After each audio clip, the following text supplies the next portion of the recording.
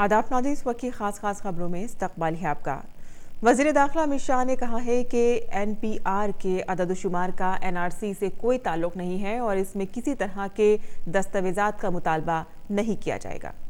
वज़ीर दाखिला ने यह भी कहा है कि अभी NRC पर कोई गौर-व-खौस नहीं किया जा रहा है। 2 दिन कबल वज़ीर आज़म नरेंद्र मोदी ने भी वजाहत की थी कि हुकूमत NRC पर गौर नहीं कर रही है। वहीं मरकजी काबीना की कल हुई मीटिंग में अहम फैसले किए गए। काबीना ने अटल भूजल योजना को मंजूरी दी, जिसके लिए 6000 करोड़ रुपए मंजूर किए गए हैं। मीटिंग के बाद मीडिया से बात करते हुए वज़ीर इत्तलात और नशरियात प्रकाश जावड़ेकर ने बताया है कि पानी के मसले के हल के लिए अटल भूजल योजना को मंजूरी दे दी गई है। मरकजी काबीना ने अटल टनल मंसूबे को भी हरी झंडी दिखाई है। दरअसल मनाली से लेह तक एक सुरंग खोदने का ये मंसूबा शुरू हुआ था, जिसका 80% काम पूरा हो गया है। इसके लिए आज फिर से कुछ बजट मंजूर किया गया। इस प्रोजेक्ट के मुकम्मल होने से 40 किलोमीटर का रास्ता और 5 घंटे का वक्त बचेगा।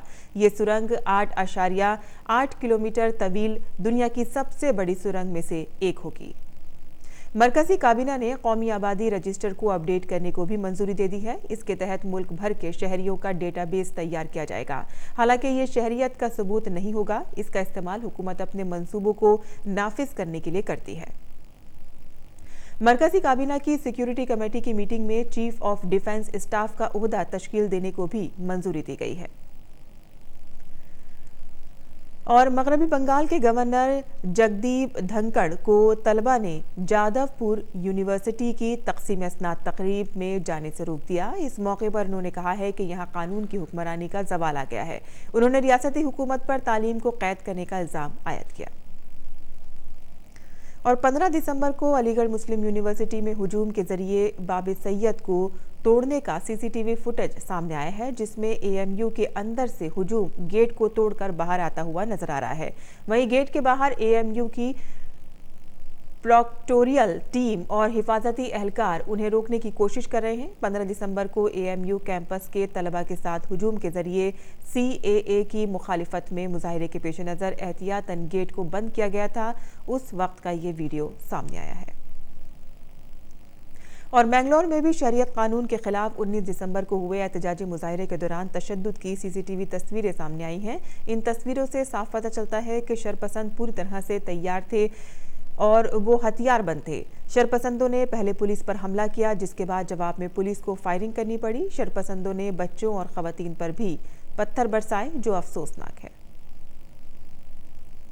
और नायब सदर जमहूरिया वेंकैया नायडू ने कल आंध्र प्रदेश के ताड़ेपल्ली गोड़म में वाक़े NIT के पहले जलसा तक़सीम असनाद में हिस्सा लिया। इस मौके पर उन्होंने कहा कि टेक्नोलॉजी के इस्तेमाल से लोगों के मसाइल का ज़्यादा से ज़्यादा हल निकाला जा सकता है। उन्होंने कहा कि इंसानी ज़िंदगी को आसान बनाने में टेक्नोलॉजी का बड़ा अहम रोल है।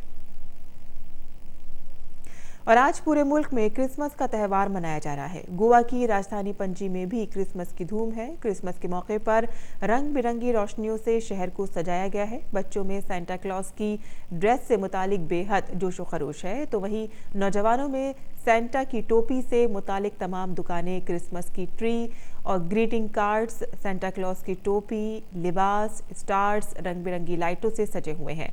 बाजारों में रौनक देखकर बच्चों में भी क्रिसमस डे मनाने का काफ़ी जोशो खरोश पाया जा रहा है।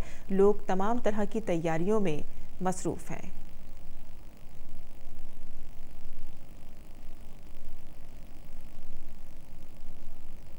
इस वक्त की खास खबरों में फिलहाल इतना ही, और आप सभी नाजरीन को क्रिसमस डे की बहुत बहुत मुबारकबाद। इसी के साथ ही शब बखैर।